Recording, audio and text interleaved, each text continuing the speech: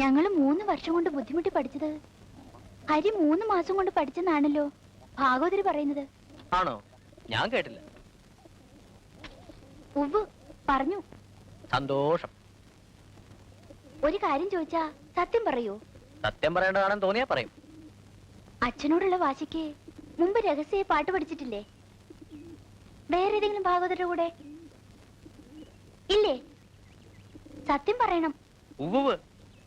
ശ്യാമശാസ്ത്രികളുടെ കൂടെ 2 കൊല്ലം, മുത്തുസ്വാമി ദീക്ഷിതരുടെ കൂടെ 1 കൊല്ലം, ത്യാഗരാജസ്വാമികളുടെ കൂടെ എന്ത് ചെയ്യാം 6 മാസമേ പഠിക്കാൻ സൗകര്യം കിട്ടിയുള്ളൂ. ഇപ്പൊ സംശയം തീർന്നില്ലേ? കളിയാക്കാണോ? അത് തമ്പുരാട്ടിമാർക്കല്ലേ അറിയൂ.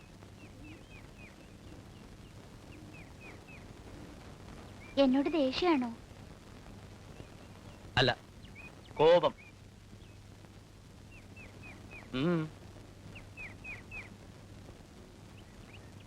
ഇന്നലെ ഹരി പാടിയില്ലേ രാഗസുധ? അതുപോലെ പാടാനാവാൻ ഞാൻ എത്ര തപസ്സിരിക്കണം? എനിക്ക് ഇത്തരം മുഖസ്തുതി ഒന്നും കേൾക്കുന്നത് ഇഷ്ടമല്ല.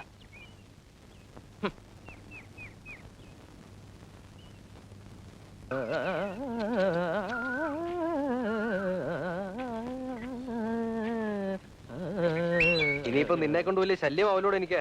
അതെന്താ തമ്പുരാൻ? അല്ല, നീ ശാസ്ത്രീയ സംഗീതം പഠിക്കാൻ തുടങ്ങിയില്ലേ? അല്ല തമ്പുരാൻ, സംഗീതത്തിന് അത്ഭുത സിദ്ധികൾ ഉണ്ടെന്നാണ് ഇപ്പോഴത്തെ കണ്ടുപിടുത്തം. സംഗീതം കൊണ്ട് ചില രോഗങ്ങൾ മാറ്റിയെന്നൊക്കെ ഈയിടെ ഞാനൊരു പത്രത്തിൽ വായിച്ചു. ശുദ്ധ പോഷ്ക്ക് പറയാതിരിക്കടോ. എന്നാ പിന്നെ എന്തിനാ ഡോക്ടർമാരും വൈദ്യന്മാരും? ഭാഗവതന്മാർ പോരെ? തമാശയല്ല, സംഗീതത്തിന് അങ്ങനെ ഒരു കഴിവുണ്ട്. ഓ,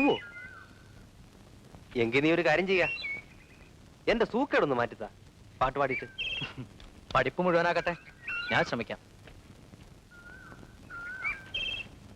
ഒന്ന് വേഗം ആവട്ടെ വേലായുധാ. എത്ര നേരമായത്? അത്രയൊക്കെ മതി. വേളിക്ക് മുമ്പുള്ള ക്ഷൗരൊന്നും അല്ലല്ലോ. കുട്ടന്റെ ക്ഷൗരത്തിനും വേണോ തന്റെ കാര്യസ്ഥ? അങ്ങോട്ട് ചെല്ല. സുഭദ്ര എത്ര നേരമായി അന്വേഷിക്കണു? ഹരി, ആ പത്തായത്തിൽ നിന്നൊരു 10 വരെ നെല്ലെടുത്ത് പുറത്തിടൂ. കുട്ടിശങ്കരൻ പാണ്ഡ്യാലെ പോയിരിക്കുക. ഓ,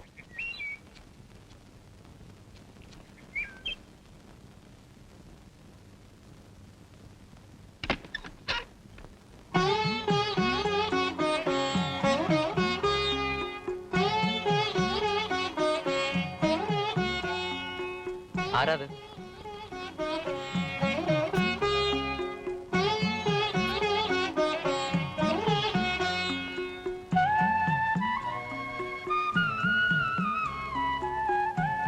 എന്താ അവിടെ? അതൊക്കെ ആരെങ്കിലും കേൾക്കും. മാറൂ, നെല്ലെടുക്കട്ടെ. വരട്ടെ. എനിക്കൊരു കാര്യം അറിയണം. എന്നെ ഇഷ്ടമാണോ? പറയൂ, ഇഷ്ടാണോ? അല്ല. അതെന്താ? തങ്കമണി മാറി നിൽക്കുന്നുണ്ടോ? ദേ, ഞാൻ ഉറക്കം നിലവിളിക്കും. വിളിച്ചോളൂ. ആളുകൾ ഓടിക്കൂടും. ഓടിക്കൂടട്ടെ, എന്നിട്ട് എല്ലാരും കൂടി എന്നെ തല്ലിക്കൊല്ലട്ടെ. അത്ര ദേഷ്യം എന്നോട്? അതെ. അയ്യോ, ചെറിയമ്മ വിളിക്കുന്നു. എന്നെ ഒന്ന് താഴെ ഇറക്കി വെക്കൂ. വന്ന വഴി ഇറങ്ങി പോയിക്കോ. അയ്യോ, വേഗം. വേഗം.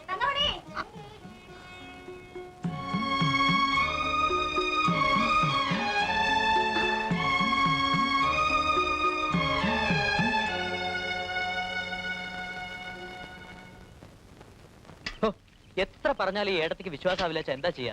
ഒന്നുമില്ലാതെ ഇങ്ങനെ ഒരു ശ്രുതി പരക്കോ? ശ്രുതി വെറുതെ ആരെങ്കിലും എന്തെങ്കിലുമൊക്കെ പറയുന്നത് കേട്ടിട്ട്. ആരെങ്കിലും ഒന്നുമല്ല, തെക്കെടുത്ത മാളിച്ചെറിയമ്മ എന്നോട് പറഞ്ഞത് നിന്നെ ഒന്ന് ഗുണദോഷിക്കണമെന്ന്.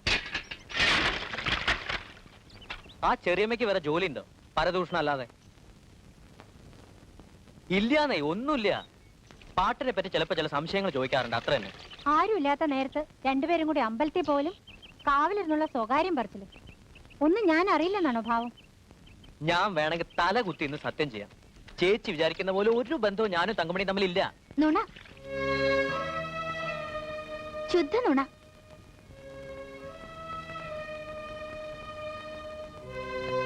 എന്തിനാ ഹരി എടുത്തോട് ഇങ്ങനെ കളവ് പറയുന്നത്? സത്യം ഞാൻ പറയാം, ഞങ്ങൾ തമ്മിൽ ഇഷ്ടമാണ്, വലിയ ഇഷ്ടമാണ്, വലിയ ഇഷ്ടമാണ്. ഹരി, ഈ കേട്ടത് നേരാണോ?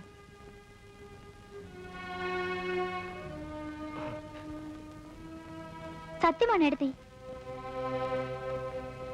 ഞാൻ തങ്കമണിയോടല്ല ചോദിച്ചത്, ഇവൻ പറയട്ടെ. അതെ.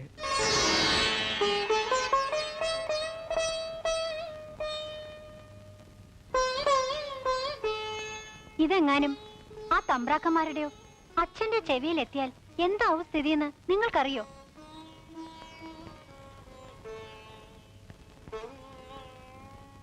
നിങ്ങൾ കോലോത്തുള്ളവരാ, വലിയവരാ.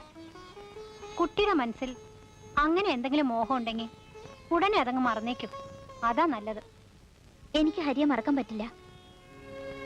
ഈ തങ്കമണി ഒരു കല്യാണം കഴിക്കുകയാണെങ്കിൽ അത് ഹരിയെ മാത്രമായിരിക്കും. ഈ തങ്കമണി ഒരു കല്യാണം കഴിക്കുകയാണെങ്കിൽ അത് ഹരിയെ മാത്രമായിരിക്കും. അത് ഹരിയെ മാത്രമായിരിക്കും. അത് ഹരിയെ മാത്രമായിരിക്കും. അത് ഹരിയെ മാത്രമായിരിക്കും. അത് ഹരിയെ മാത്രമായിരിക്കും.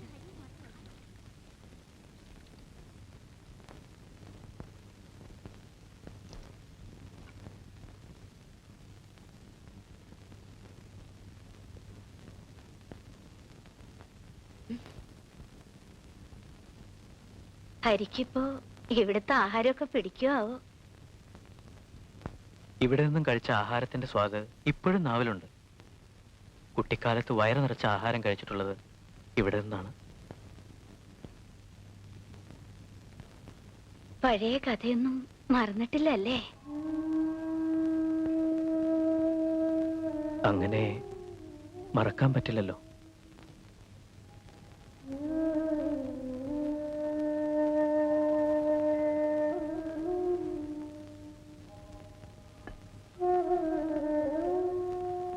എല്ലാം ദൈവവിധിയാണ്. നമ്മളൊന്ന് മോഹിക്കും, മുകളിലുള്ള ആള് വേറൊന്ന് വിധിക്കും.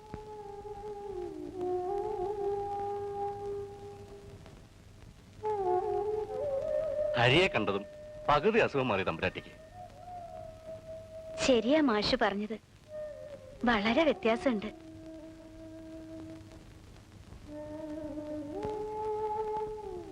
മാഷക്ക് കേൾക്കണോ?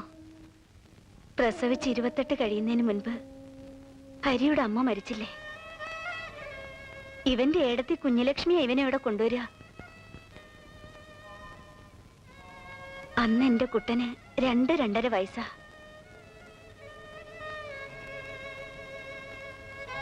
കുട്ടനായിട്ടാ ഇവൻ അംഗം. പിന്നെ കുട്ടനെ തള്ളി മാറ്റി ഇവൻ എന്റെ മുല കുടിക്കുന്നത് എനിക്ക് ഇന്നും നല്ല ഓർമ്മയുണ്ട്.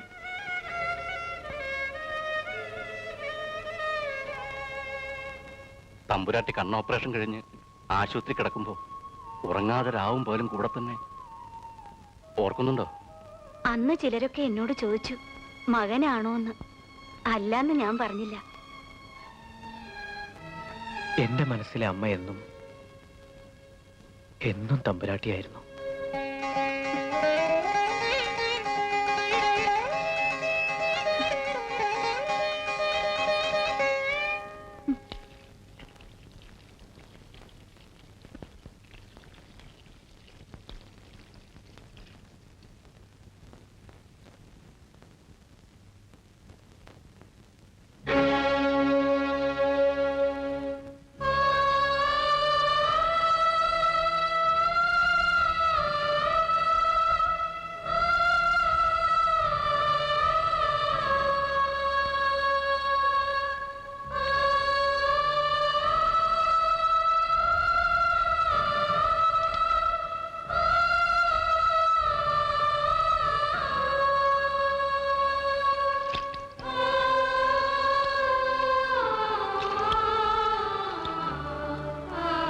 തങ്കമണി,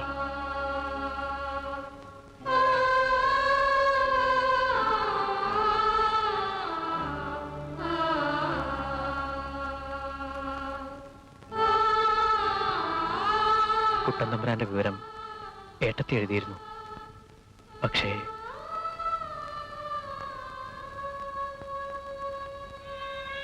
വരണമെന്ന് വിചാരിച്ചു, തരായില്ല.